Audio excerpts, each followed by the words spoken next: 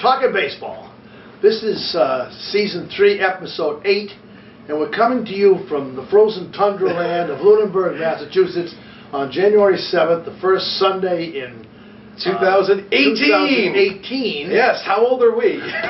2018. So you wouldn't be thinking about baseball today, but to tell you the truth, we have postponed this show for over a month, figuring the hot stove would warm up, but it's below zero. And the hot stove is as cold as it is outside right now, and it hasn't been above freezing for 2 weeks. Neither has the hot stove. So we figured we could talk about some of the free agent signings and some of the trades that might be coming to look forward to for the next year. But I'm afraid by the time this airs, maybe some will start to happen. Maybe, but nothing. They had a big winter's meeting, which usually flurry of trades or going online every hour to see what happened, and nothing. And the big signing supposedly was Ohtani, and he's hurt. So that ended up being a bust. So there really wasn't much to talk about at this year's winter meetings, which is kind of weird, because usually it's a big buzz. And I really feel bad for the talking heads on the baseball channel. Right. How many times were they going to redo Stanton's stats? Because he was the one big name that went somewhere, and that was it. They tag along to the big winter meetings, and they have 50 guys sitting in the hotels on screen 24 hours a day, and there's nothing Zero. to talk about. Hey, we're going to go to such and such live in the hotel. Well, he could go here, and everything, this is the default. Well, the Yankees could be interested. Well, no kidding. The Yankees are interested in everyone. Hey, this is a salesman for rosin bags. Have a conversation with this guy.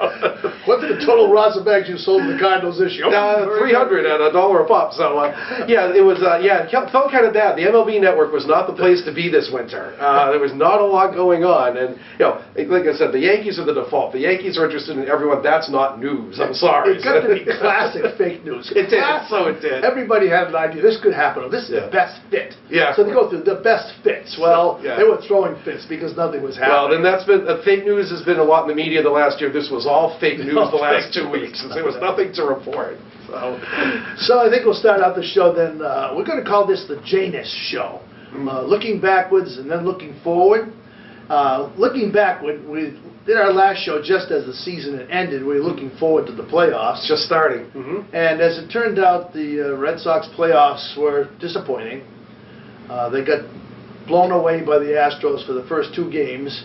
Made a great comeback third game, and would just kind of fell short in the fourth game. Just a little bad luck in the fourth game, and they were eliminated by the eventual World Series champ. And there's no shame in getting eliminated by the champs. You always say that. It's sort of luck of the draw how the brackets work out. So who knows if they'd been against the Yankees or the Indians, things might have turned out differently. But they got the Astros, and the Astros got hot and went all the way. And hey, good for them. I mean, the franchise has been around 60 years almost, and they've never won before. So I had once the Sox were out of the way, I had no problem with the Astros winning. I thought that was great. And they deserved it. They played great. My wife and I had a chance to go to the 2 playoff games in Boston, which was interesting. We had tickets for the 4th game, and by mistake went to the 3rd game, and were able to cajole our way into that game too. But there was something happened in the 4th game that is worth noting. Yeah. The Sox started Porcello, the Cy Young winner the year before, who dropped down to the 4th start because he had such a terrible season. And there was controversy if he was even going to start a game, but they did give him the ball in Game 4 as it turned out. So he pitched 3 innings, gave up a couple of runs. Sox had got a run by a home run by Bogarts. Bogarts hit one, yes. And in the top of the 4th inning, last of the 4th inning, Verlander came in to pitch. This series followed the pattern of last year. A lot of starting pitchers came in to work in relief. And that's been a trend the last couple of years, I think. Everybody talks about bullpen, which it has. The trend has been to pull the starter, but in a short series like that, when you have an ace like a Verlander, and say it's his throwing day, he pitched 3 days ago, he's on 2 days rest, they've been bringing them in for a couple innings here and there because they figure if they're throwing anyway, why not throw in the game? And that went away for a while. I remember back in the day, like late 70s, early 80s, you saw teams do that a lot. They'd bring in their ace for if a game went long or something like that. But that had trended away, and you almost never saw it until a few years ago when the emphasis has been back on the bullpen, and even the starters are part of that bullpen. I mean, everybody's ready to go at every turn. And Francona started a new trend of bringing closers in earlier in the game. Oh, Andrew Miller came in the fourth inning. Which in a way actually makes sense. Sure. If you got the closer theoretically is your best strikeout pitcher or your best close down pitcher. Sure. So if you get some crisis situation coming up in the 5th or 6th inning, bring him in. Bring him in. Bring him in. Because if you wait till the closing time, there's no closing. You may not have a lead anymore at that point. Right. And the trend also, especially in the playoffs, has been that the closers are stretched out. I mean, Kenley Jansen went 3 innings a couple times. Right. They really stretched those relievers out to 2 or 3 innings at a time just to try to shorten the game a little bit. So it's not, the 1 inning and done closer is sort of fallen, but not in the regular season, but in the playoffs, that sort of falls by the wayside. They sort of just mix and match, and the days of a few years ago. Remember the Tigers? Leland was using Phil Coke to close because he had nobody else who was closing in the playoffs for him. Those days are gone. You just sort of bring in whoever is next in line. So anyway, in this 4th game, they bring in Verlander, who they had traded for in the 1st of September. How they managed to maneuver that was... I have no idea. Anyway, they do. Up comes Andrew Benintendi, our rookie. Crushes one. And the stands just went, absolutely went nuts. Justin.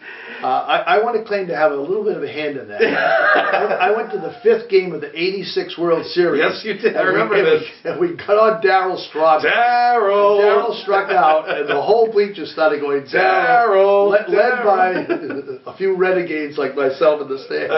The Section 36 rogue crew. This mocking crew.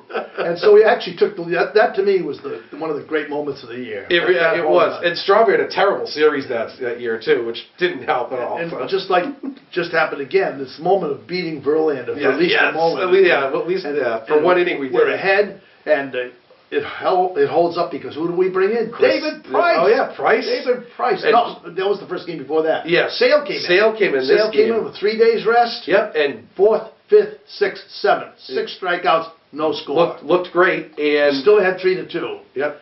And so then we hit the controversy of the 8th inning. Yeah. And I think where I think Farah was coming from is I think he was going to sink or swim with Sale and Kimbrel. I think that was his mindset. He was going to go up or down with his 2 best guys. And to me, anyway, and to you, and I think to a lot of people, it was pretty clear that Sale was gassed after those innings. He should be. He was done. He should have been pulled. Who do you bring in the 8th? Do you bring in Kimbrel for 2? Do you bring in Addison Reed, who had been so-so, but it's certainly dependable. That's why they got it. That's why they traded for him. If you trade to get a reliever, you got to use him. You got to rely on him. And if he doesn't do the job, then that's not on you as a manager or a team. The guy just didn't get it done. And you got to remember too, when a starter comes in relief, he doesn't pitch the same way you would as starting. He's going to go all out, not try to put anything. He's probably going to go with his 2 best pitches, and that's it. Sure. You need to pull him after 4 innings. Yeah. He should have. He was clearly gassed. Yeah. And so he leaves Sale in an extra inning, Bergen hits a home run to tie the game. Who killed the Sox all series, and by the way. And then he gets another hit. Yeah. They bring in Kimbrel, and I don't think Kimbrel was ready. I don't think he was ready because I don't think that the shock of all of a sudden Sale getting bombed again. He gave up a couple hard hits, and then he settled down and he pitched an okay 9th inning, but I think he was not ready to go yet. They got another run in the 9th, though. They did. Oh, that's right, they did. They scored another in the 9th. That's right. And then the second shock. Yeah. You could call it that. At the time it happened, I said, is it inside the park and the postseason never happened before? It turns out it has. It has. Rafael Devers comes up, hits one off the center field wall. It takes a weird bounce. And he just goes. Inside the park home run. And of course, the place goes absolutely berserk. And that was, but nothing happened after that. There were 2 outs to go. And in fact, sadly, Pedroia had to make the last out. And obviously, he hit the ball, could barely run down to first base. Yeah. Reminded me of the 2 times Yastrzemski made the last out of the playoffs. Right, yeah. Or when Willie Mays came up in the series and he just couldn't. And we'll address Pedroia and the whole team later. But this whole year had a funny feel to it. We were saying that last time. They won 93 games, they won the division, and they outlasted the Yankees, who turned out to be pretty darn good, as we were saying. We called that at the beginning of the year. But there was a sense of disappointment that and all year long there was a sort of funny vibe that they should have been better than they were. I mean, even without Price most of the year, it just seems like they underachieved a little bit. You know, especially given in 2016, guys had career years like, you know, Bogarts and Betts. Everybody was down a tick for the most part, it seemed, in 2017. And they won the same amount of games, which was, if you watch the two teams, it didn't seem like they should have been the same, but they were. They were exactly the same record. And again, it's hard to be disappointed when you lose to the World Series champs, but there was just a sense of there should have been a little bit more. You imagine if Papi had played last year. Oh, God. I mean, that's what they were missing, and yet they won as many games as they did with him the year before. They were last in the league in homers this year. You know, they think they missed Papi a little bit. Well, maybe what that says is maybe homers aren't the be-all and end-all. Because without the homers, they were still able to win 93 games. With the homers, they won 93 games. Yep. And they were all, like you said, Betts was down about 50 points in his average. Bogarts was well down from last year. Was way off from his production. Pedroia was hurt half the year.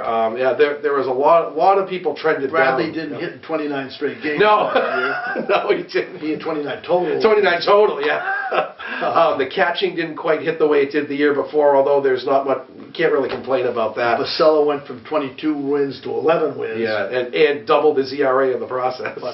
But obviously, Sale made a huge difference. Yeah. And Kimbrel had a phenomenal year. Kimbrel was fantastic. But despite that playoff game, he was fantastic. To me, that means looking forward.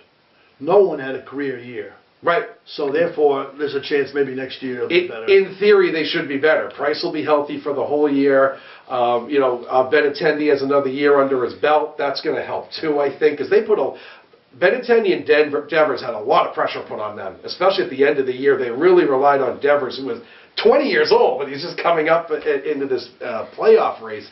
And just experience is only going to help those guys. And they didn't lose much in free agency either. No, they really didn't. No. Fister was signed immediately. Fister didn't do much for us. No, he had a good month-long stretch. One good month, so they end up starting him in the playoffs. And he got hammered in that playoff start. They're lucky they won that game.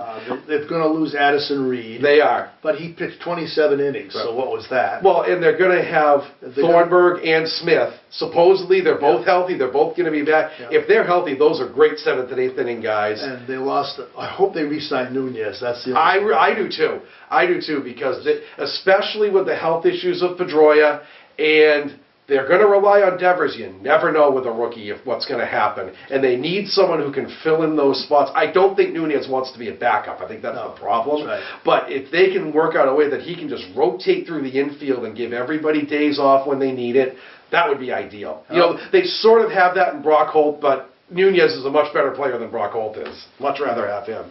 And other than that, they lost Chris Young, who really didn't play much this year. Didn't play much. No. He was hurt for a while. Yep. And they're going to lose Abad. Big deal. Again, you have Thornburg and Smith coming back. And I think what might be a really big difference, and people forget this, they lost Stephen Wright the entire year last year. He was a big difference in 2016 until he was hurt. So if they have him for a full year, and he's a knuckleballer, he's going to be 500, but at the end of the day, how badly did they miss a guy who could have eaten up 200 innings last year? They really could have used him last year. So, and Erod also is going to have another year of experience, which he's only 24. Pitchers, in theory, peak between 28 and 30. So he's going to learn on the job a little, hopefully. But in theory and on paper, they should be better than the 93 wins. That's what we're hoping. Well, we're going to get to a different kind of trivia now. Oh, we usually have a simple trivia question. One for the old timers. One for the old timers. It's an oddity in baseball especially, much more so than in football, basketball, or hockey. A single play can define your career.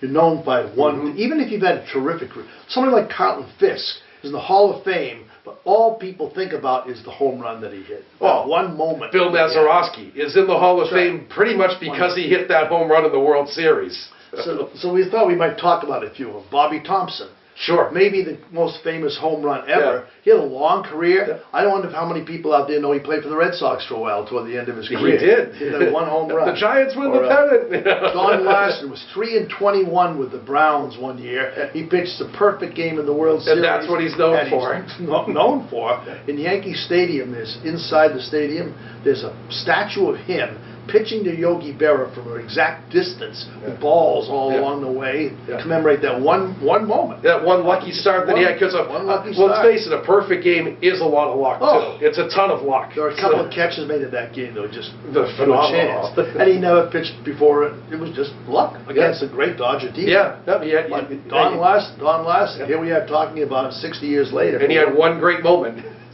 And someone like Bucky Dent. Oh, God. You know, and the thing that kills me about Bucky Dent is that home run did not win the game. No, it did not. No. It got him back in it, but it didn't win the game. You know. Again, I had the misfortune of being at that game. The most interesting game I ever went to. Yeah. But it put the Yankees at 3-2.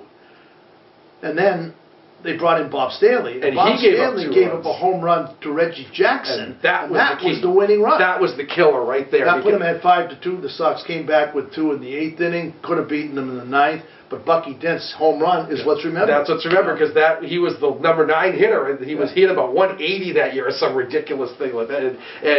And what they forget is Torres, who started, there was a break before that pitch. And Torres was sort of not warming in that time. And he hit himself in the shins. Yeah, and he borrowed somebody else's bat. Yeah, but he wandered off to the dugout, got a new bat, did the spray. Yep. And Torres wasn't warm, and he gave up a homer to him. And still, to this day, we both agree the saving play in that game was Piniella out in right field when Remy hit. It was Remy that hit the single, right? Yeah. And it was this blinding sun out in right field. If you look at the footage, the camera actually goes white for a second because it can't catch up. And Piniella just sticks his glove out, and it lands in his glove. He put his hands out this way. Yeah, he couldn't see it. He couldn't see. Burleson should have noticed that. Right, and should have scored. And he could have gone to third. Yeah. He could have scored on the Rice's fly ball. Or that ball goes 6 inches here, 6 inches there. That's at least a triple, because Remy could still run that.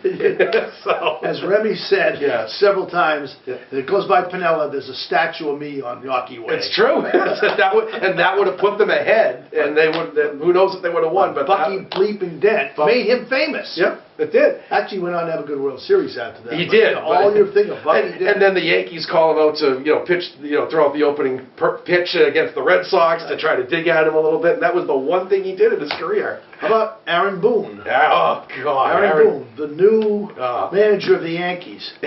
No one even remember he played baseball, except he happened to hit a home run off Tim Wakefield to win the 2003 playoffs. Yeah, and the really downside, and thank God Boston fans are intelligent. I felt horrible for Wakefield. If they won that series, he would have been the MVP. He had 2 phenomenal starts, and people forget he pitched a shutout inning before that too. That wasn't just the first pitch, and he laid it in there. And that was that was the whole Grady Pedro thing. And Wakefield should not have had the blame for that. Boone never should have been up to hit the home run. But you know what though, he was never reviled in Boston. No, he was not. No, he didn't become infamous because of that single pitch. No, never. In fact, I think the man in the street probably couldn't even tell you who threw that pitch. Right. Like Mike Torres. Right. Mike Torres. Yeah. Well, Grady took the hit for 2003, as he should have. So, and the ultimate one, you're known for one play because it's the iconic play. Bill Buckner's the ultimate. And that is a real shame. It really is. Had 2,800 hits. He won a batting title. He was a tremendous ball player. He really was. Really was. But it got to a point where he was trying to play on 2 bad legs because they had no one else that could play on both legs. Yeah, right. They left him in the game in the era. And even that wasn't really what cost them the game. It was already a tie game. It was the wild pitch. The wild pitch was the killer. I think also that bringing Stanley in that situation, because the hits they got off Schiraldi. They were little bloopers. Especially Mitchell's was this little flare over the infield. They weren't hitting him hard. 2 outs. Yeah, and just let it go. Ride Schiraldi. But poor Buckner was castigated for 30 years after that. He has more hits than people in the Hall of Fame. There are tons of Hall of Famers who don't have 2,800 hits. In fact, I think that may be one thing that's keeping him from it, because he's sort of his name is synonymous with choking. Choking or failure. Right. To the point where Larry David did an entire show about Buckner catching a baby. Making a joke out of the fact that he could catch something. And Buckner's such a good sport about it, too. He went on the show and totally played it up. And the thing is, he never... the thing is with Buckner, he always was very at peace with it. You know, if you ask him, you know, MLB Network did that show about him, and he always said, would I do it over again? Absolutely, I'd do it over again. We had a great season. We were one inning from winning a World Series. How many people even get to play in the World Series, let alone have a great career? He said, I'd do it again in a second. And it was the 6th game. It was. They still had a 7th game. And they came back, they were leading 3-0 in the 7th game. Yep. So and Hurst just got tired. Ran out of gas. Yeah, Hurst ran out of gas. Schiraldi got bombed again. Yep. And Oil Can Boyd was busy out getting drunk the night before, so that he wasn't an option, so they bring in Al Nipper, who gives up 2 runs, and he should never have been in that game anyway. But the press nailed Buckner. Buckner was the one that took the hit. Okay, so leading to our trivia question. Yes. So after. This is for old-timers or real Red Sox baseball fans. For what is Denny Galehouse, pitcher Denny Galehouse, infamous for? Don't Google it. Don't Google it. He's known for one thing, and we'll talk about that later. Especially remarkable problem. Okay. All right. So ponder that while we move on to the next topic. Well, this is sort of just an item that gave me some food for thought. In one of the countless interviews with Peter Gammons trying to fill dead air for the last 6 weeks. He was a celebrity that week. Pete, can you go on again? Yep, good. Sure. Yeah, sure. I'll say anything you like. Yeah, right. At least with him, he can talk about any major league team and any minor league team. And he knows what he's talking about. Or at least we like to think he does. Yeah. Who's going to check the pot tuck at third base? Yeah, you know? he knows. He knows it. I don't think he sleeps. Supposedly he's got all kinds of telecommunicate on his boat. Oh yeah, he has internet on his boat, and he's hooked up with satellites and everything. So he knows what's happening. Well, talking about the Red Sox, which he does a lot because he's from this area, he made the statement that football is by far #1 over baseball in New England, especially. Mm-hmm. I mean, baseball is called the national pastime, and I'm sure in many parts of the country, in Japan maybe, yeah, in the Dominican Republic maybe, sure, it is. But it struck me that football has just become a passion for New England more than baseball. Yep. And now, as a lifetime baseball fan, that wounds me. Yeah. And Boston's always been called a baseball town for years and years and years. It's been a baseball town, and all of a sudden, football is in charge. So what do you think he would say? What do you think? I think it's a lot of things. First of all, say what you want about Roger Goodell. I know the guy's a jerk, and I know what, but you have to give it to him for being able to market the game. The NFL is fantastic at marketing itself. They build it up all week, and it's a once-a-week event, and it's not just Sunday now. They've always had Monday night, but now they have Thursday night, and then once college football's over, they have Saturday games, and the networks are all of course are complicit in this too, because they do the same thing. They advertise all week for the games, but they've made it an event, and it's an event where you take Sunday off to watch the games, and they have this mentality that, okay, NFL's on, you have to do this, it's a once-a-week event, and baseball hasn't been able to do that just by nature of the schedule. There are so many games, there's a game every night, it doesn't seem to be as big an event, and I think that's part of it. And part of it also, I think, is going back to, as we said, 2003, 2004, the Yankees aren't the rivals they used to be. Yeah. And that was a big selling point for those teams. The Yankees games used to be like the Patriots games. They were an event. You watched them. You watched Pedro get mad at the Yankees and throw at people, and you watched Paul O'Neill throw the helmets around, and the games lasted 4 hours. They were an event then, and the Sox don't really have a rivalry right now to fill that gap, and I think that's part of it too. But what are your thoughts on that? I think those are two things that are key. Football is not only an event; it's a carnival. Right. I mean, you pregame, you tailgate. Baseball does not have cheerleaders. It does not have Michael Jackson at halftime. Well, not now. Well, not now anyway. and it is so much hoopla around this thing. It's hype. It's hype. It's marketing. And another thing that really bugs me, everybody says baseball's games last too long. They last over 3 hours. Every football game goes 3.5 hours. So let's go to the replay for the 16th angle on this tackle here. Was he down? Was he not down? We don't know. On and on and on. And people complain about the replay in baseball. How about football? Football's replays are insane. God, and you really can't tell what is. there's plays called, the penalties called in football, you have no idea what they are. You can call holding on every single play. Oh, absolutely. Or they have this great play, and whoops, somebody bumped somebody the wrong way but here. They all go long, so it's not the length of play. No, it's not. And there's no logical timeouts in football the way there are in baseball. No, they just throw ads wherever there's a gap in the play or whatever. You kick off, you have an ad. You go 2 minutes. 2 minute warning, you have an ad, and timeout, you have an ad. And at least 25 injuries during the game. You have to stop people getting carted off the field all the time. But yeah, I think you're right. It's a lot of marketing. It's a lot of, and I think in New England in particular, and this is maybe particular to New England because there are places, I'll say like Dallas, where football's always ruled. I mean, football's always been, or go down south, especially. But they never had a winning baseball team there. Well, that's true too. But I think, especially, Tom Brady has sort of become the face of the NFL, despite what Goodell tried to do to besmirch him. And I think because they have a marketable presence, which the Patriots never really had until Tom Brady. Right. And granted, it's because the team's good. That's part of it too. But they can market the heck out of Brady. And everybody, even the casual pink hat fans or pink helmet fans, I suppose you could call them or whatever. Oh, Tom Brady! I want to see Brady! I want to see Brady! They all know Brady. They all know that he is, I think, the greatest of all time. You can debate that, whatever, however you want. And that gives them a face. It's something they can attach to. Okay. And the Patriots never had that before. Despite all the hoopla, despite all the once a week, Bledsoe was never that guy. Steve Grogan was never that guy. They never had someone who the casual fan could really latch onto like that and connect with. I think that's a lot of it. And also, the opponents could hate him. Oh yes. Everybody hates Bill Belichick. Yeah. And he's managed to maintain that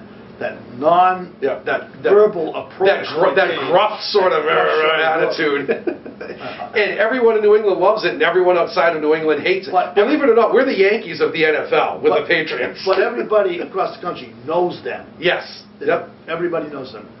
Well, the Red Sox had Poppy. Mm-hmm. I think Poppy is probably one of the most recognizable, most iconic baseball. Of course, he was an iconic guy. Years. Sure. But now we don't have him. But still, generally, I don't think people play baseball as much as they do. No, that's part of it. Now that the MLB Network is in off-season, they show The Sandlot 100 times a week, which is a great movie. We talked about it on the show before. But nobody does that anymore. Nobody goes and plays baseball all day anymore. You know what they do? They play soccer. They do. They play soccer. Taking over this, at least this part of the country. Absolutely. You go driving by the school on a Saturday morning, there's 25 little kids running around playing games all over the place. You go to Little League games, maybe they have trouble getting 4 teams now. Sure. Yep. It's just not caught on. The Sandlot ball is gone. Yep. So the general interest in baseball participation has really slipped. At least in this part of the country. In this part of the country, and of course, Super Bowls. Oh yeah. We have won 5 Super Bowls. We have. That's at the same time the Red Sox won 3 World Series. Yeah. And I think part of the reason too is that before 2004 there was the curse, and everybody made a big deal about it. And after 2004, there was sort of this sigh of relief of, okay, we won it. There's no curse anymore. Right. And for again, a lot of the casual fans, they sort of trailed off after that for whatever reason because it was a big deal. Oh, how are they going to blow it this year? Right. It was almost like watching a car accident. People watched it for that reason. Well, also once you win, then you're expected to win. Absolutely. When they won in 2007, it was no big deal. It wasn't a big deal. No. And they swept right through the Rockies. And they were the best team all year in baseball. After 2004, people were putting special pennants on their parents' graves and grandparents' graves. In 2007, that didn't happen. It didn't happen. No. And then it's sort of like the Yankees. If you didn't win, it was a bad year. It was a disappointment, and sure. I think the Sox got to that point, and I think still are. Oh, absolutely. Absolutely. They're expected to win now. They stink. They only won the division. That's pretty. You know how many teams would kill for winning a division right now? And right now, because they didn't hit many home runs, they're under a lot of pressure to pick up somebody. 2 years ago, they picked up Price. Last year, they picked up Sale. Yep. Something that people can lay their hats on is we're trying to win this everybody's in on J.D. Martinez right now because he's the big bat that's available out there. So and they want some big name to come to Boston every year to try to show that they're trying to win. Especially since the Yankees just signed a big bat that's going to counteract that. Which is sort of good in a way because it brings back that sense of rivalry. The rivalry, absolutely. For a while, there was nobody you could hate on the Yankees. That was disappointing. No, yeah, it was. It was disappointing. I mean, well, back in the day, remember, there were so many people. You could hate Soriano, and you could hate David Wells, and you could hate Mickey Rivers. Yeah. Who was the third baseman? Craig Nettles. Craig Nettles. Yeah, Craig Nettles. Yes. By the way, completely now that they're voting for the Hall of Fame, completely overlooked Hall of Fame player. By the way, Greg Nettles had a great career. So look at his stats. But yeah, they lost that rivalry with the Yankees because the Yankees, they won a World Series in 2009. But as you said, if they didn't win, it was a disappointment. So the Sox fans' interest in them kind of tailed off a little bit. And you know what else? They won with a core of 4 or 5 guys that came up through their system. Yes, they did. Didn't buy them. They did. Yep. No, because it was Rivera and Jeter and Posada and Bernie Williams. Those guys were all Yankees, all through and through. Spent their entire career there, and they were the core of that team. And so, how do you hate Mariano Rivera? You can't. I mean, come on, you can't do it. I actually rooted for him. Yeah, I know. The guy was the greatest reliever ever, and he never did anything wrong. He never had a scandal or anything. I remember one season, early in the season, down at Yankee. I think they opened the season down there. He blew a save or two. Yeah. And so when he came to Fenway for the first series here, everybody gave him a big cheer, standing ovation. And he stood out. He waved his hat with a big grin. Yeah, he laughed, and it was sort of like the Red Sox fans, if there was any doubt, they said, okay, this guy gets it. Yeah. He understands what's going on. It's a rivalry. We get that we love him. He got that we love him, and we're just hassling him because he blew a game. Veritek was not going to grab him by the neck. Right. Oh, yeah, A-Rod was yet another hateable Yankee. But they don't have anybody on that team. I know you hate Gardner. He's your guy that you can't stand. Water spider. Right, yeah, right. But they don't really have any guys that are hateable guys on that team. And again, it's a lot of guys who came up through their system. They didn't buy a lot of guys. So it's hard to get, and the guys they did sign, like Ellsbury's been a disaster. And until this year when Sabathia revived his career, he was a disaster the last few years before that. So they've gone to that young core again, and here they come. I mean, they were one game from the World Series. And as much as and I'll get into that later, as much as I hate strikeouts, Judge is not a hateable guy. No, he's not. Not at all. He's very humble. He is. He's always, he does badly, he admits it. Or sure. He seems to be a very likable guy. Sure. He's sort of the Gronk of baseball. Yeah, he sort of is. Yeah, right. But there isn't that rivalry to latch onto, and I think. And like I said, everybody hates the Patriots, and they've had their rivals. Remember, the Colts were their rival for a long time when Manning was with them, and now the Steelers are kind of their rival, and they have a built-in rivalry with the Jets every year just because they can't stand each other. I mean, and so it's sort of, the Patriots they're winning. They have teams that, they can compete with that you hate, like the Steelers, and they have everything that the Red Sox did have, actually, which is kind of a reversal. But, I mean, 20 years ago, I mean, even when they made the Super Bowl with that Bledsoe team, with the 95 team, their 96 team with Bledsoe, there wasn't a lot of hype about that. I mean, I think they knew that the Packers were going to win anyway. It was kind of a fluke the Patriots even got there. But there wasn't that hype now that there is surrounding every single Super Bowl or every playoff game the Patriots are in, which is kind of weird because then they were few and far between. You would think the hype would have been bigger then when it doesn't happen as often, but... I got another theory. Yep. I think the craze for home runs has hurt baseball. Yeah. We live in a time where the millennial generation, chicks dig the long ball. Instant gratification takes too long. Sure. And so they just want to see somebody stand up and hit a home run instead of work the counts, work the plays, play old-time baseball, moving things around. It's too slow. We're going to see somebody just clobber the ball. Right, and that's what they show on the highlights. Oh, Stanton hit one 520 feet tonight. I think that's hurt baseball. This stat still kills me. In the playoffs, the 2 rookies of the year. Yeah, Judge and Bellinger. Judge and Bellinger had 2 excellent rookie years, outstanding. Judge hit 52 home runs? 52. And Bellinger, I think, had 39. Yes. Which is phenomenal. For rookies. In the postseason. Oh, they were brutal. Judge struck out 27 times in 48 at-bats. Bellinger 29 times in 64 at-bats. That's 112 at-bats, 56 Ks. Every other time up they struck out. Half the Every at-bats. other time. Half the at-bats. In fact, Judge set the all-time record for postseason strikeouts Bellinger broke it within the week. Yeah, because he had one more series to do it in. He broke Judge's record. And I think the casual fan turns on and says, these guys stink. Right. Strikeout, sure. strikeout. Yep, absolutely. Well, and we're going to see, we've talked about records that are never going to be broken on the show, whatever. Somebody's going to have 21 strikeouts in a game at some point. Oh, sure. I mean, Strasburg did it, what was it, last year or 2 years ago? Strasburg tied it if again. anything, I think it might happen against the Yankees. Oh, sure, absolutely. All these guys now. Sure. Stanton strikes out a ton of times. Yep. He had 150 strikeouts Judge does. Yep. Judge does. The catcher does. Sanchez does quite a bit. Sure. Yep. They're all big strikeout guys. They got rid of the two guys. Headley didn't strike out much, and the second baseman. Oh, we're brain cramping here. But anyway, but Gregorius.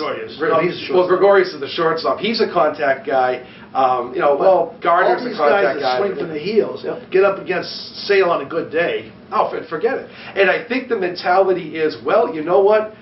He has 3 swings. Give him all 3 swings. That's the mentality right now. Bottom line is that hurts the sport. Yeah.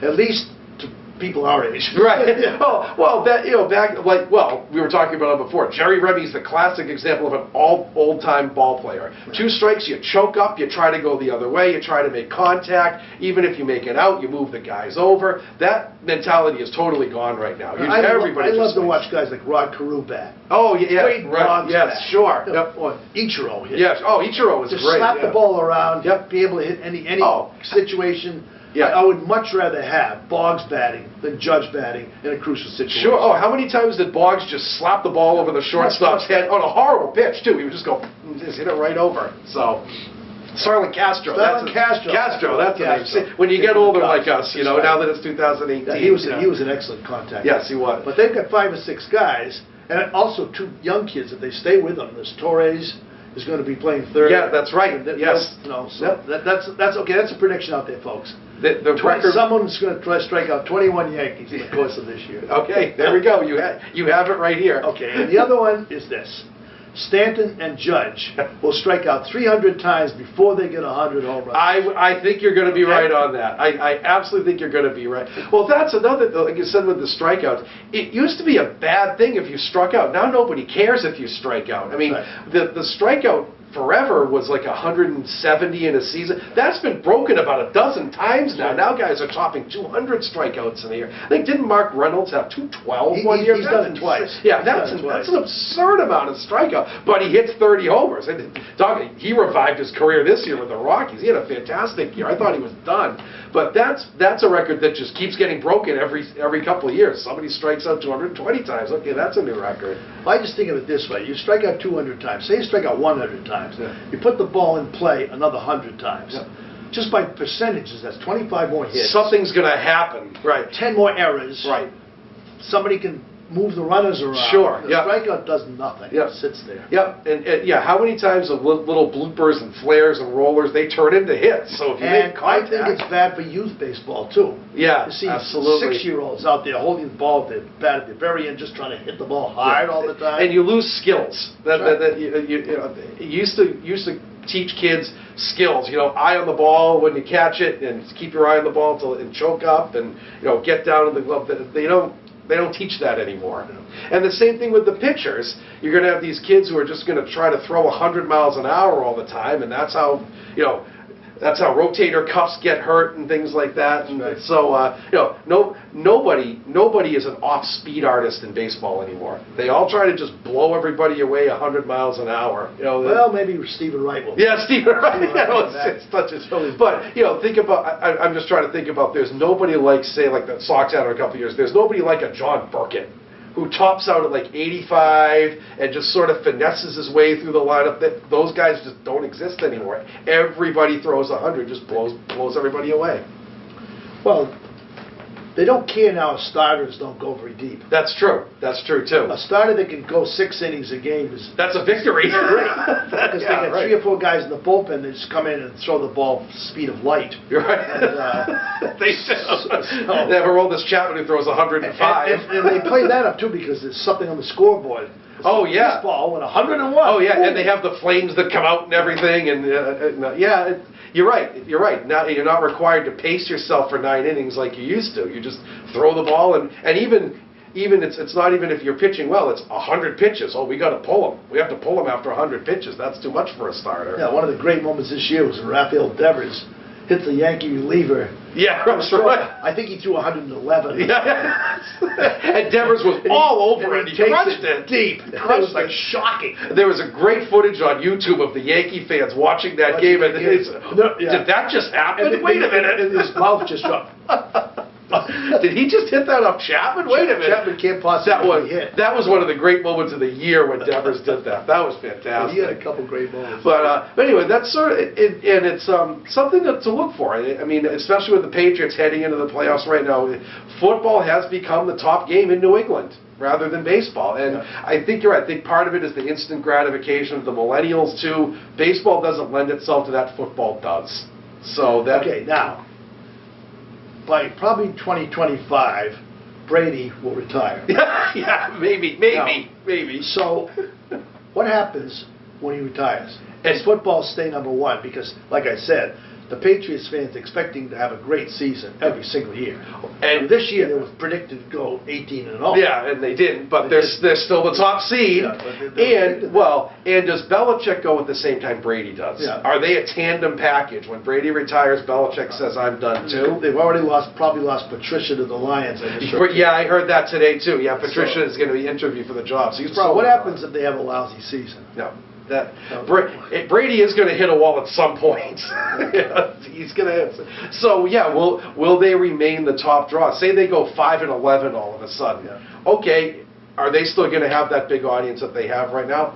I don't know. It's been so long. It's been 17 years that they've been on the top of the NFL. That's a long time. When Jason was in college, we used to laugh about how the Patriots ate our shorts. Yeah, the Bledsoe era. Oh, God. Because we always would watch them. And they'd always blow some lead. Blow the game. Yep. Bledsoe would find some way to throw an interception and a key point. Oh, there they go again. Here's our underdog. I will never forget. I think it was the year after the Super Bowl with that game against Jacksonville in the playoffs. I think it was the worst playoff game I've ever seen. I think they lost like 15-10 or something like that. And Bledsoe just looked horrible. It was like, wait a minute, this has to end. This is just not good. Well, he would still be the quarterback. He had almost died. Right, yeah. Well, you never want to say that, but thank God he got hurt. That's right. Changed the franchise. Yeah. But yeah, I'm really. If he stayed in, likely they would have released or traded Brady. Oh, absolutely, absolutely. So it's scary to think of, but they would have done that. So yeah, once they hit a wall, because every franchise, even the Patriots, they hit a wall at some point. They're going to have a downtrend. They're going to have a bad season. Say they go 6-10 next year. Well, what happens? Do they say, "Oh, Brady needs to retire. Belichick needs to retire. It's time to move on," or do they keep that core audience that they have right now? They haven't had a losing season in this millennium. Right. Yeah, it's true. They haven't had. Yeah, that's true. No other team can say that. Right. So, and I got a feeling that a lot of the fans, the fair weather fans, will fly off into Florida. Oh yeah, probably. Yeah, I think so. Yeah. So that's something to think about. And when you're watching the playoffs right now, think about how football is really top baseball in Boston, which we never thought we would say, but it has. I mean, it is a spectacle. Oh, of course it is. Of course it is. Yeah. And it's like the movie said, they own a day of the week. They do. Oh, absolutely. There's other days too, but they own a day of the week. Well, and especially like you said, Super Bowl Sunday is like everything shuts down so you can watch the game. Just say baseball is the same way. Only played Sundays. Oh God! So you can see Pedro pitch every game. Yeah, right. Yeah, Sale pitch every game. Sure. Yeah. You know, if you had to have a different quarterback for every single game, it'd be a little different. It'd be way different. Yeah, that's true. That's true. I don't think they'd survive a 162 game. I know. That'd be a 20-game season, and that would be it. So. And if there's a rainout, forget it. That's right. That's another thing. Yeah. The weather never. Weather is never an issue. Yeah. But Buffalo, they had a blizzard a couple weeks ago. They just played right through it. Who cares? In baseball, if it's raining, they can't play, or it's a bad game, or fans don't want to show up. Sure. You're right. Right. Yeah, football fans are pretty hardy. They show up in anything. It was an anomaly that this week the Bruins had to cancel a game because of that. They did. This week. Right, yes, they did. In hockey, that never happens. Never The problem happens. is nobody can get there. Right. The clubs are there. Yeah. It'll be televised. Yeah. But, nobody's going to... Well, and then it becomes an issue of fan safety. Do you really want people coming out to the stadium in that weather? 15,000 fewer beer drinkers. Right. That's true. That's true. That's how they make their money. Oh, yeah, they say the concessions. That's where they do it. Huge amounts of money. Absolutely. Okay, well, here's our trivia answer. Oh, yes. We'll go to that before we finish up. Yeah. Denny Galehouse was a pitcher for the 1948 Red Sox. Now, 48 was... The Red Sox were in the midst of what should have been a dynasty. It should have been, and it never quite was. In fact, why don't you give them Well, they had Ted Williams and Johnny Pesky, Bobby Doerr, Dom DiMaggio, Vern Stevens. They had all these future Hall of Famers on the team, and what really hurt them is that the World War II happened. And they lost a lot of those guys in their prime to World War II, and then everyone came back in 46. They had the great team, the pennant-winning team that should have won the World Series. 110 games. And there was they were one inning away really from winning that World Series. And they had that core together heading into the late 40s, and 48 and 49, they sort of had these two late season, not collapses, but sort of tragedies that happened at the end of the year, and then starting in 50, that core sort of started to dwindle, and guys retired, and pretty much Ted Williams was the only one left after into the 50s. And they had a couple of good pitchers named Tex Houston and Boo Ferris. Yes. That both blew their arms out. Yep. Absolutely. Yep. So it was pretty much Ellis Kinder and Mel Parnell, Mickey Harris that came along, but they didn't have the pitching, and they had no relief. No. Well, there was no such thing in They didn't have anybody. Well, the Yankees had Joe Page. But that's true. He was an anomaly at that point. So anyway, Denny Galehouse, 1948, the Cleveland Indians had a terrific year under their player-manager, Lou Boudreau. 24 years old, he's the manager of the team. And going into the final weekend, they had a 2-game lead over the Red Sox. The Red Sox had 2 games. They didn't play on Friday for some reason. Saturday and Sunday, they beat the Yankees. And Cleveland was playing Detroit and lost 2 out of 3. So they ended up with a tie. They were tied. Coin flip put the playoff game in Boston. Yeah. Now, the National League had a 3-game playoffs, which yes, they did 3 years later. Yes, they did. With the Dodgers and Giants. But the American League was 1 game. So it came down to a 1-game playoff. Now, the Red Sox had Mel Parnell pitched in the final game that they had to win. They had to win those 2 games, so they got to put all their coins in the... At the time, for just a very few years, Joe McCarthy, who had been a long-time super manager with the Yankees, had come over to manage the Red Sox. He was getting along in age, but and apparently he wasn't really a player's manager, but was renowned. I think he's in the Hall of Fame. Yes, I'm pretty sure he is. So it came down to the last game. Now, here's the way they used to announce the pitchers that were going to start. This kills me. Today, the starting pitchers are named days ahead of time. Oh, yeah. Or in football, you have to say who's on the injured reserve a certain number of days ahead before the game. So the other team knows who's going to be pitching. Right. In fact, I will try to see what day Sale's pitching. That's the game I want to go see. Of course, right. Yeah, absolutely. Absolutely. So in those days, the pitchers themselves didn't know who was going to pitch until they got to the park. Yeah. They opened their locker, and if there was a ball underneath their hat, you were starting that day. How different is that now?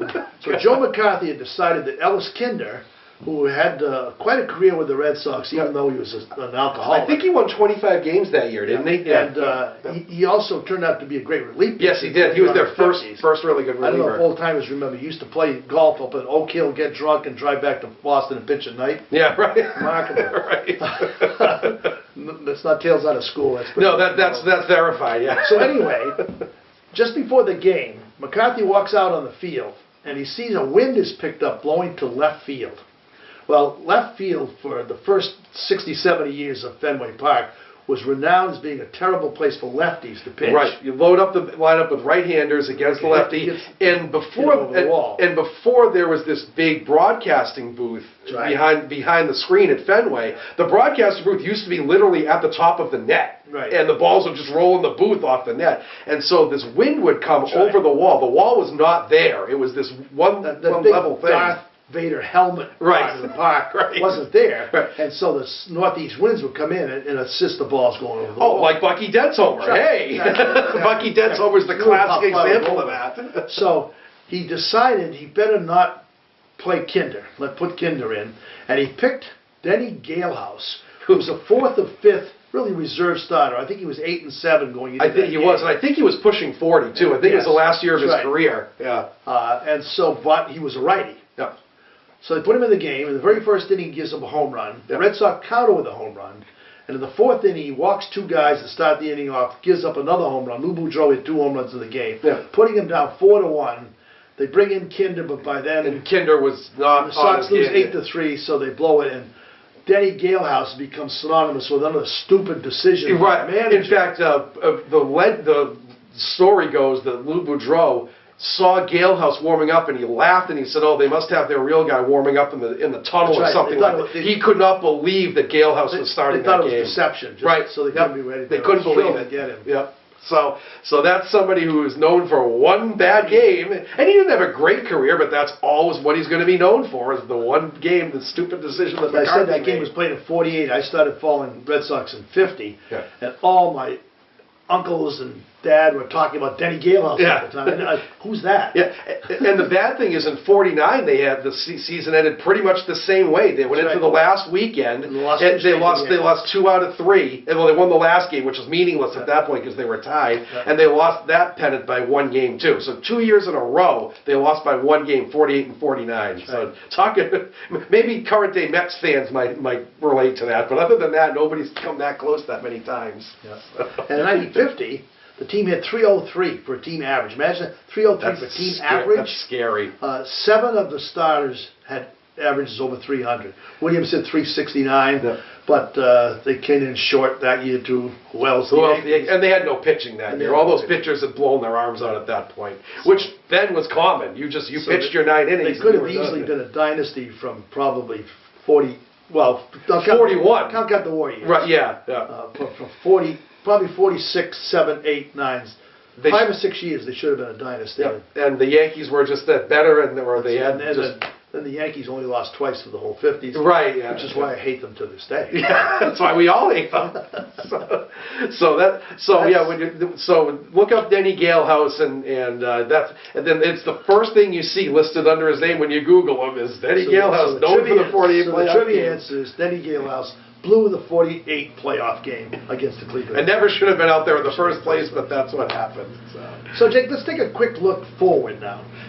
2018. 2018. Now, I said none of the big deals have taken place yet. We're still talking this dry era of the coal stove league, which is a little peculiar, by the way. Very, yeah. If I were a player at this point, there's almost 100 free agents still out. It's scary, isn't it? Some of the guys, like, say, Chris Young, who's a secondary player, a lot of guys may not get picked up. Oh, absolutely. And they keep talking, it's going to be a logjam. When Martinez goes, everybody's going to... Well, I don't know about it. Well, I think it's partly teams are tired of dealing with Scott Boras, which is part of it too. Because Boras, as we know, always tries to get the longest, richest contract for his players, and that's not always in the team's best interest. Right. Like I know we were talking earlier before about Eric Hosmer maybe coming here. The Padres and the Royals have each offered him a 7-year deal. He hasn't signed anywhere yet, but he has a 7-year deal on the table. How beneficial is that to the team? It's really not. Now, in certain circumstances, it might be like you have a core and you're really going to go for a World Series next 2 or 3 years. Maybe you buy into it because for the first few years he's going to be worth it, but then at the tail end, those 6th and 7th years, those contracts are big and they're tough to move. And what do? You sign a guy who's 31, he's 38 by the time the contract ends. He's not going to be the same guy. Well, so anyway, at this point, catcher, they're set. Catcher, they're set. Both catchers coming back. Yep. Vasquez hit 290 last year. Yes, he did. Yep. Okay. Yes, Moreland was just re-signed. Moreland is re-signed for 2 years. He's set. Second baseman, they got a problem. Yes. Shortstop, Bogarts is set for another couple of years. Yep. Third base, assuming Devers can cut it, they're set there. Left field, Benintendi, I'm expecting to have a better year. I agree. Center field, Bradley, they're set. Well, they're set. Right field, Betts, I think he'll have a better year this year. Ramirez is their DH as of now. So it's a set lineup. There's no holes other than filling second base. Other than when Pedroia is hurt. Okay. Starting pitching, they got Sale, Price, Porcello, Wright, and Erod. Those are their 5 guys right there. 5. And Porcello should be better, and Price is healthy, and so that in theory that should be better. And their bullpen. Kimbrell can't be better, but he's still really damn good. Kimbrell, Smith, and Thornburg, if they're healthy, are solid 7th and 8th inning guys. They've got Kelly coming back. They have Kelly. They have Barnes coming back. And I think Kelly and Barnes were not those 7th, and especially Barnes was not a 7th, 8th inning guy. If you can slide those back to the middle innings, you're much better off, I think, with those two guys. So the bullpen's pretty much all set. Oh, we're all set. So we're good to go for 2018. This signing off then for our last show for season 3.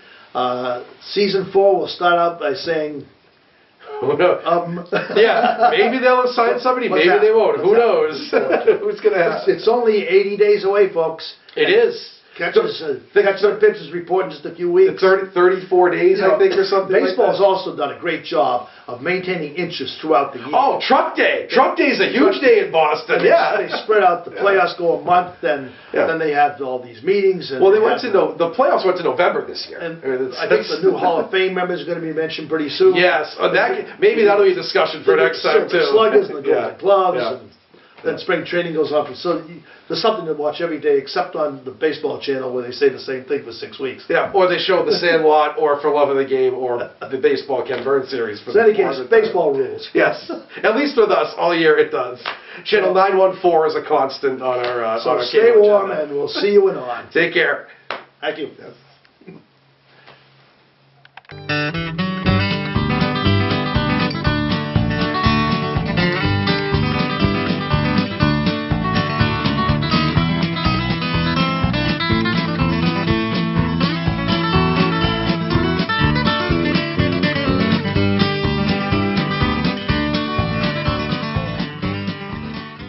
Thank you for watching another outstanding program provided to you by Lunenburg Public Access. We're here to serve the community. Lunenburg Public Access is always looking for volunteers to help record town events, high school sports, and town meetings. Please consider helping us out today. To contact us, you can call 617-763-3018 or email us at lunenburgaccess@gmail.com. Thank you.